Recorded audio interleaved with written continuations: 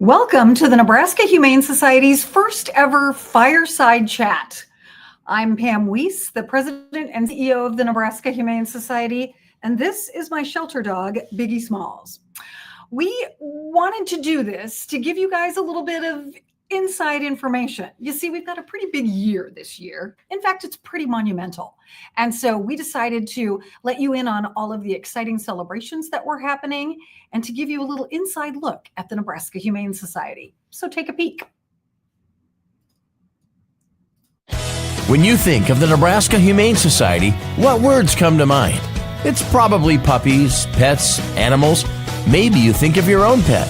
You probably don't think of the word historical. Many don't realize just how long we've been here. 2025 marks 150 years since we began. We want to show people just how far we've come.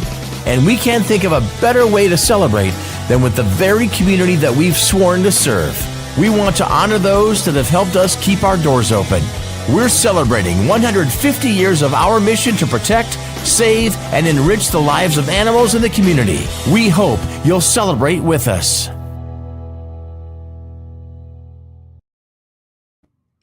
So 150 years. I think the shelter looks pretty good for her age, don't you?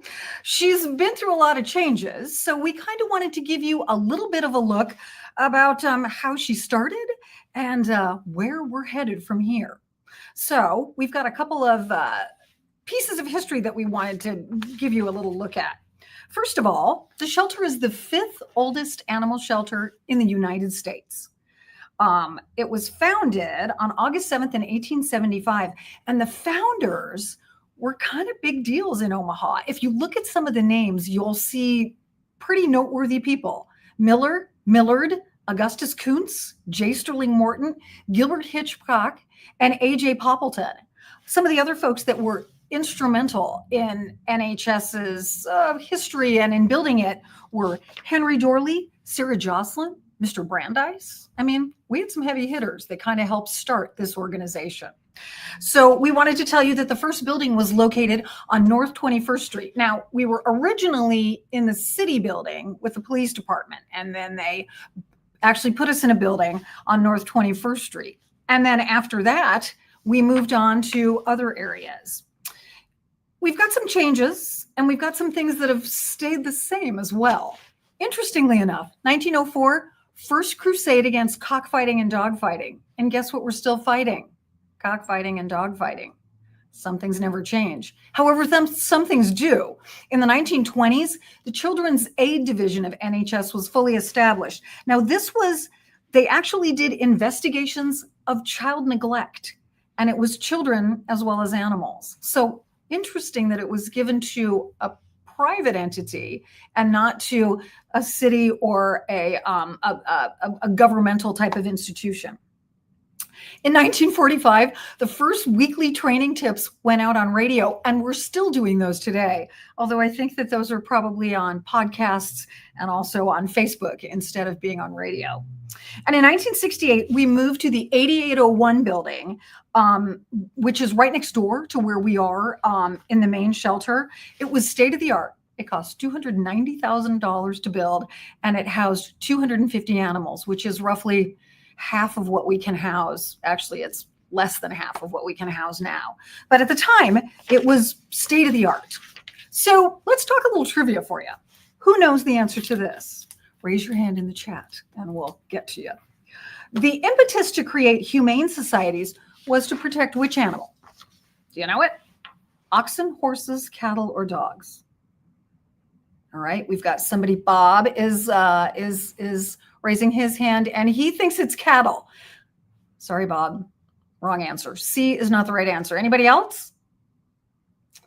All right. Well, we do have a winner, and that is B. It was horses.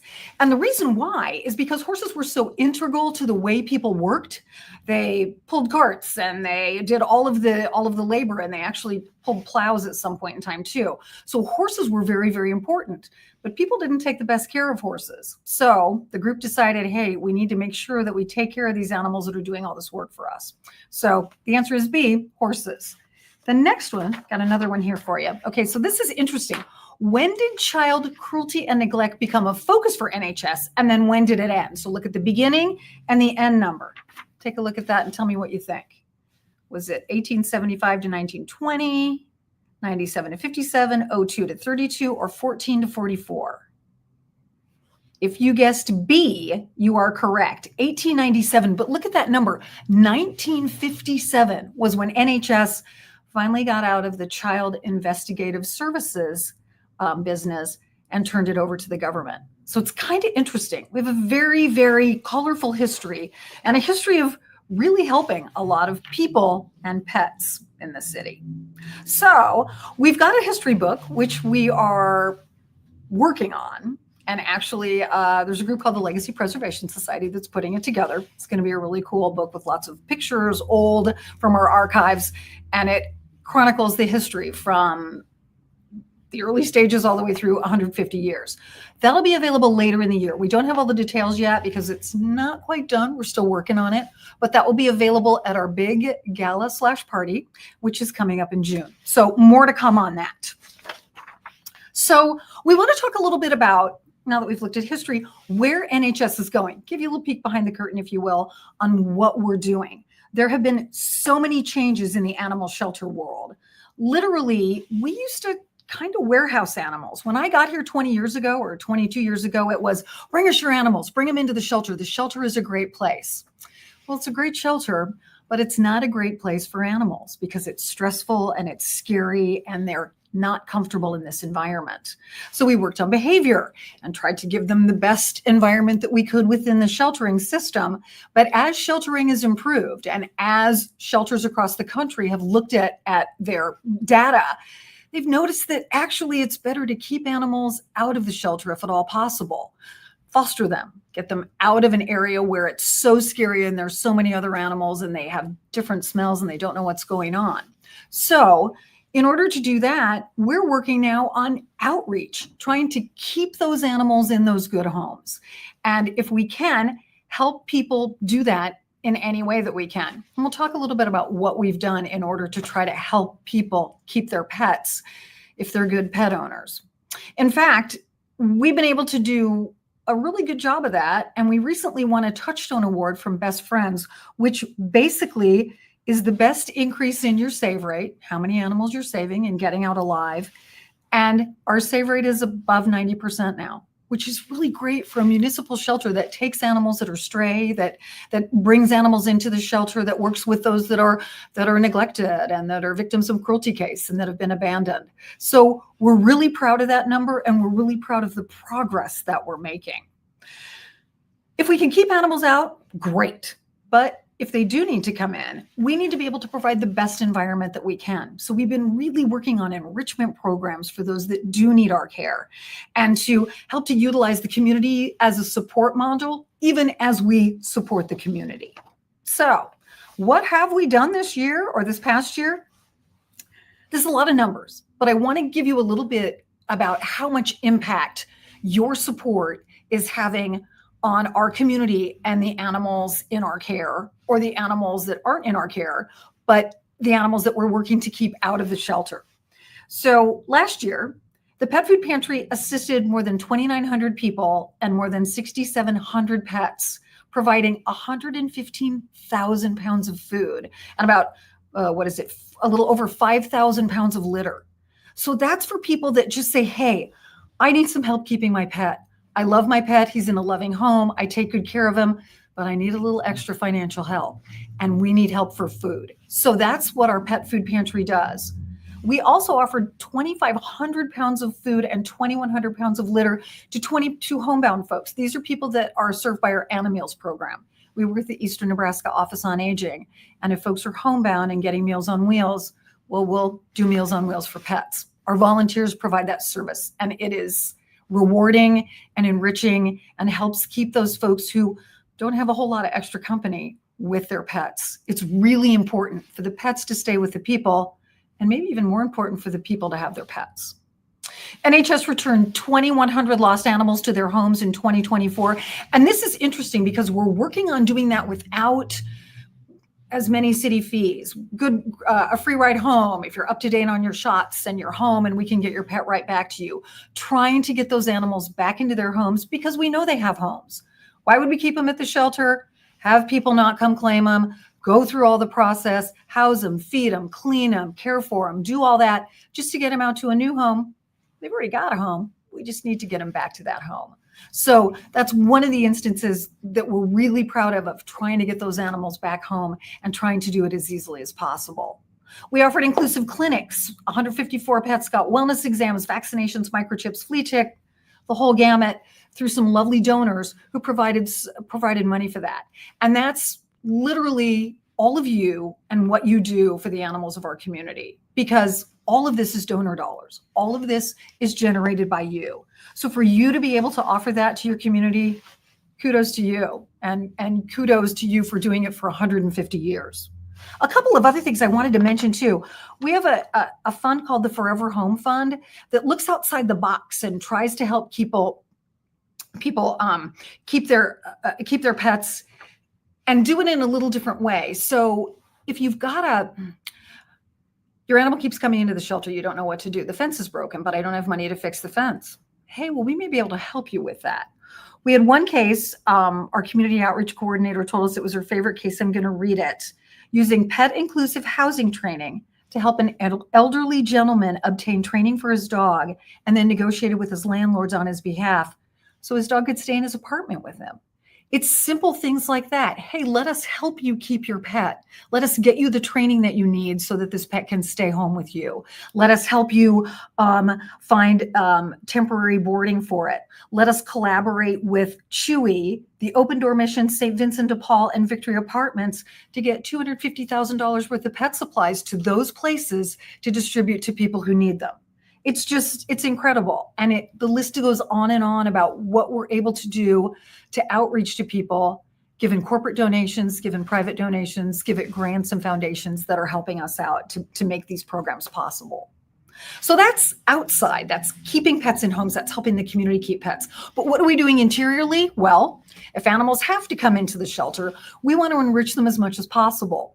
So we implemented official play groups offering off-leash proctored time through, what was it? Dogs Playing for Life. They came, they gave us information about how to do these play groups, how to introduce dogs. There's nothing quite as cool as seeing like 25 shelter dogs all chest bumping and running around and having a great time and getting out some of that pent up frustration and energy with other dogs. Because as you guys know, nothing tires out a dog like another dog, right? So if we can do that and get them out once a day or hopefully twice a day, that really helps enrich them. And then they're not so bored and frustrated in the kennels. Then when they are in the kennels, we offer things like chew toys and enrichment items and shred toys and bubbles and scent things. I mean, it's incredible what we're able to do to keep dogs occupied in their kennels so they're not bored. So they get a little bit of a nap, they get a good night's sleep when they're tired, and we tire them out with the play groups. It's been a really fun process watching this all unfold the past year, and it's been incredible. The Barks and Rec program offers daycations and staycations. So somebody's available on adoption, you can come in and go, yeah, well, actually you need to fill out a form before you do it, but you fill out a form that says, I'm looking for a dog to go hiking at Standing Bear Lake with me. And we pair you up with that dog and you take that dog out for a couple hours, maybe overnight if it's a staycation. If it's a daycation, it's a couple hours. You take photos, you help market the dog, you let the dog meet new people, you take him out and find out how he reacts in a more natural environment. And then you bring him back and we get that information. So we can tell that to a potential adopter. Oh my gosh, he was great meeting other dogs. He was wonderful with other people. A little scared of the water, did great on the car ride, loved his scooter's pup cup. We get all this great information that we can then give to you as an adopter so that you are able to see how he's going to react in your home, and we set everybody up for success. It also helps us market these dogs because they get out and meet other people instead of just hanging out in the shelter waiting for people to come in. And a lot of those people post those photos and videos on their social media, which is an even bigger reach for us. So utilizing the community to help us market dogs and to help us find out more about them is a wonderful symbiotic relationship that then helps us get animals out. It's called Barks and Rec, and you can sign up for it on our website. We implemented a community cat program and a working cat program. So kitties from the community that are kind of living in cat colonies, hanging out in a community not really owned by any one person, can go back to their community once we work with them. We also provide the medical. The working cat program, same thing. We have kitties that are really happy kind of being on their own and being independent, but still want some love from people. So they may go to, we had one that went to a vineyard and is hanging out in their warehouse there. We have warehouse kitties. We have kitties that go to barns that are wonderful and want that environment and appreciate that environment, but still get care from their owners. So those programs are up and running and very robust. We've formalized and scheduled daily enrichment for both dogs and cats. So every day that I go by on my way to my office, I see people in the cattery and they're hanging out with the kitties and playing with them. And that's what they're supposed to be doing. They're not, playing around. They're actually doing what they're supposed to be doing by offering prescribed enrichment for dogs and cats. It's so fun to see. It's so great for our employees to be able to interact with the animals on that level. And it's great for the animals because they get a chance to just relax and enjoy a head scratch or a back scratch, and also then relax and know that people are good and that they're going to get out of here and find somebody else that's just as wonderful as the people that are working with them in the shelter. So you can donate enrichment items during our supply drive, which I'm going to talk to in a little while, but it's things like shred toys. You can donate your paper towel tubes and some squeeze cheese or egg cartons, although I know those are expensive these days, but you can donate those things to us and we make puzzles out of them and put them in the kennels for the animals, both dogs and cats. So it's a really wonderful way for you to donate what you're going to throw out and we're going to use to improve the animals. So getting involved. Let's talk. You can adopt. That's a way to make it come full circle. We can get all the animals in here that we know, but if we can't get them back out, the process kind of stops. So we want everybody to find a great home. And so adopting is the way to do that. Volunteering. We have volunteers in every aspect of the shelter, from walking dogs and doing laundry to helping in our gift shop to walking people through to look for pets lost to enriching animals, making enrichment items. It's wonderful. And we have people that do all of those things. And we could not live without our volunteer corps, which I think is about 600 strong right now and getting bigger by the day. You can foster, take animals into your home and help feed kittens and let them grow and nurture. You can take an animal that's had a medical issue that needs a little bit more TLC at home before he comes back and gets adopted. That's fostering. Clearly, you can donate. You can attend our events, and we've got a bunch of them coming up this year, which we're going to tell you about a little later. You can spread the word, share our posts on social media, talk to people in your communities of, church and family and friends and work. And if they're looking for an animal, tell them to try us first, because we've got great animals here at the shelter that really do need new homes. Share your story. That's one that's coming up. We have it's 150th year. We have 150 stories in 150 days, and we want your story. So if you've got a great story about an animal that you've adopted, or some way that you were able to help an animal, or an animal from the shelter helped you, send it into us. It's really easy. Our email is just nhs@anyhumanesociety.org. Send those in, because we want to post those, because we're going to be doing 150 posts in 150 days about our 150 years. Alec, what's next? 150th celebrations. Here we go. He's behind the scenes. He's great. He's the man who put this all together. So, Alec Rose, thank you so much. 150th celebrations. Here's what we've got cooking. May 22nd, we've got another virtual, and we decided to call it Fireside Chat. Who knows? I may be next to a kennel. Can we do that, Alec? Sure. All right. He said sure. We're gonna try to do that. Friday, June 6th is Pause and Promise, and we're gonna get into that a little bit more, because that's our big signature event. Usually we do a black tie and tails, or we do a dining with dogs, big gala. That's what Pause and Promise is. Thursday, August 7th, we're gonna have a day of giving, which is our actual birthday. That's when we told you all those guys got together and decided they were gonna create this humane society. So we're gonna have a day of giving on that day. And then 2 days later, a birthday celebration and an adoption event where we've got all kinds of fun stuff planned. I think they're going to do hot dogs and snacks and have information for you about all of our different programs. You can sign up for Barks and Rec. You can adopt. You can see play groups. You can take tours. It's going to be a lot of fun. And then again, on the November 20th, another virtual, maybe it's a fireside chat, maybe it's a kennel side chat, to kind of catch you up on everything that we've done this year and to give you more information. So I don't know. I don't know what that topic's going to be, because we want you guys to let us know what you want to hear about in order for us to put that on. Pause and promise. We've been planning this.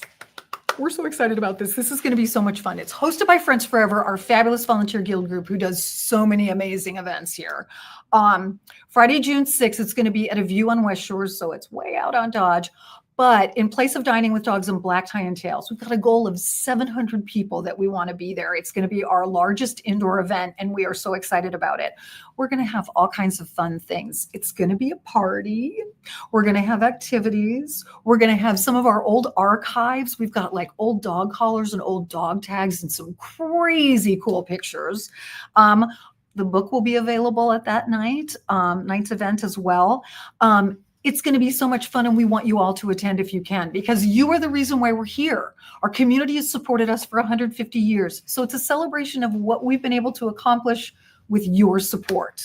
Tickets are going to be right between Black Tie and Tails and Dining with Dogs. So $150 for 150 years. And we hope that you guys will join us, because I think it's going to be a blast.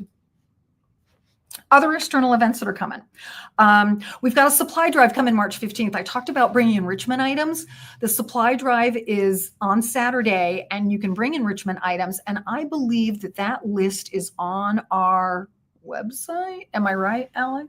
Mm-hmm. Yeah. Okay. So it's listed on our website under supply drive. So you can see some of the items that we can really use, and that will help animals in the shelter. A lot of people donate a lot of things. This is specific to what we want to be able to use right here in the shelter for the animals.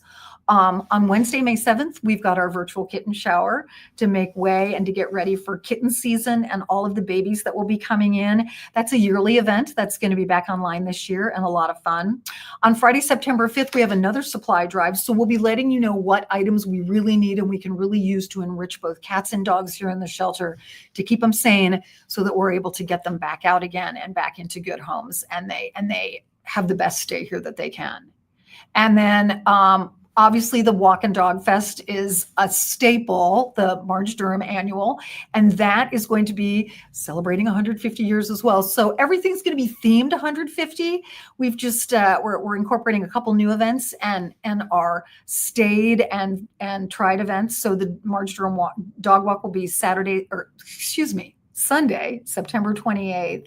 And then Thursday, December 4th is our Wine Fest, and that's always a good time here at the shelter. The biggest charcuterie board in the country, and lots of great wine to taste and to enjoy. So those are external events that are coming on. Mark your calendar, check it out on our website, because those are things that will be coming up, and we'll be able to celebrate our 150th. So birthday celebrations are coming up as well. The actual birthday on the 150th, we'll be having a day of giving. And then again, the Saturday, the August 9th, we'll have that large event at the shelter with hot dogs, birthday cake, fun activities, tours, adoptions, play groups, you name it. Some of it's still in process. So if you've got ideas for what you think we can do, you should shoot them to us, because we are very excited about adding things in that the public wants to do and that the public wants to see. And we want to know what you want to hear about too. What do you want to hear about that we're doing? Can we update you? Do you want to look back in archives? Do you have stories you want us to tell? Let us know, because we want this to be as much about you as it is about us, because you have supported us for the last 150 years. Now, 150 stories in 150 days. Right there on the screen, you can see it. So if you've got a great story, send it into us. Again, I don't think we've got that on there, but you can click right on our website, and it'll get you into nhs@anyhumanesociety.org. We love photos, because these are going to be on social media and shared. So a photo of an animal that's made a difference, or a photo of a great rescue, or a photo of something that happened, or if your dog alerts to your, seizures, or There's so many things that happen with shelter dogs that we hear about and think, wow, it's just a shelter dog, but it now helps this person in so many ways. We want to hear about it. And we want to share one story on every days of the 150 days leading to our birthday. So we're excited about it. It's going to start, gosh, really soon. So get those stories in if you can. We really want to hear about them. So I know I've been yakking, talk. Do you guys have any questions? Raise your hand if you do. And I'm happy to answer any questions that you may have, or to try to find that answer out. And if you've got interest that you want, again, if you want to know about something, ask a question, or we'll be able to address it in another fireside chat too. So do we have any questions? How many adoptions have you done this year so far? That's so funny, because I was going to bring our stat sheet and I didn't, but I think it is it 57, 27, 57, 62? We did 5,700 adoptions this year plus. And that was dogs, cats, and critters. No, that was last year. How many adoptions have we done this year? All right. I need somebody to tell me. Anybody know? All right, we'll get back to that one. Stephen, you got to come tell me how many adoptions we've done this year. I feel so bad. I don't know. What? We've done about 1,000 so far this year. And that's just January, February. That's 2 months. Adoptions has been going wild. We've really been trying to get the animals out because we want them to get out in order to be able to make room for animals coming in behind them. So adoptions is critical, but it's also, nobody wants dogs and cats to have to hang out here if they can find a great home. So almost 1,000 adoptions in 2 months. Gosh, if we do that every month, that will be crazy. Can you apply for Parks and Recreation and take a dog out on the same day, Alec? Potentially. Potentially. Thanks. If there's openings on the day. If there's openings on the day that you send it in, sometimes there's a little bit of a lag time based on who's working. But if you say, hey, I'd love to, I have this afternoon off. Can I get an animal? And I'd love to take them to Standing Bear. We'll try to get back to you as quickly as possible in order to be able to check out a dog to take out. Other questions? What is the current status of the spay and neuter clinic? Is it up and running again? It is not.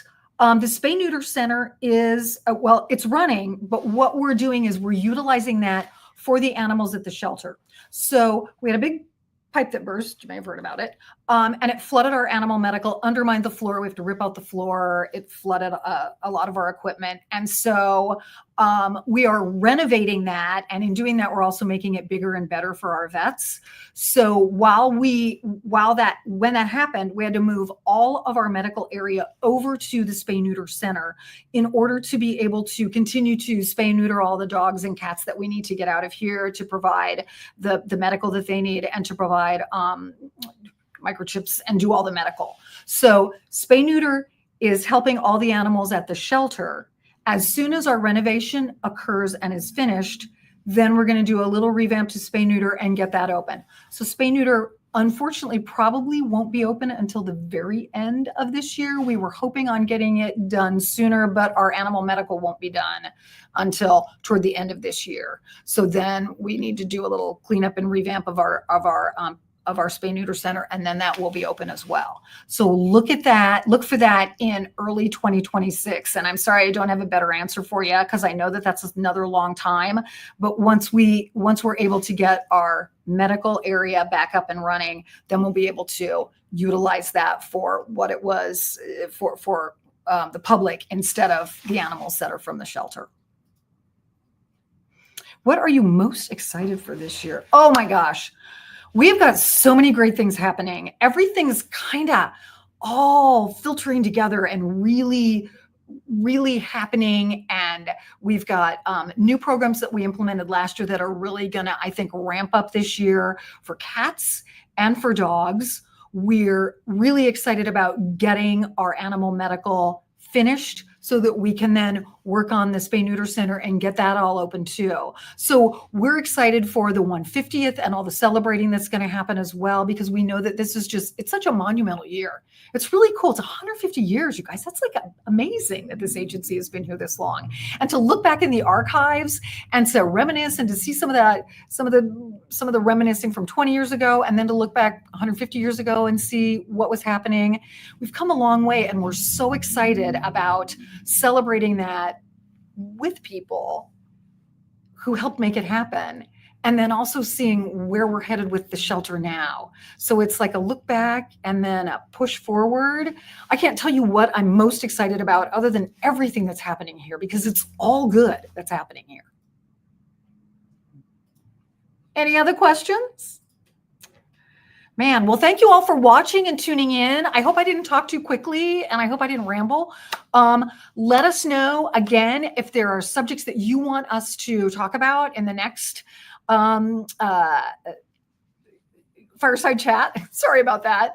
And mark those monumental things that we're doing down, and the birthday celebrations, because we're excited to include you in it. We're excited to be here, and we're excited for where we're going. So until next time, thanks, you guys.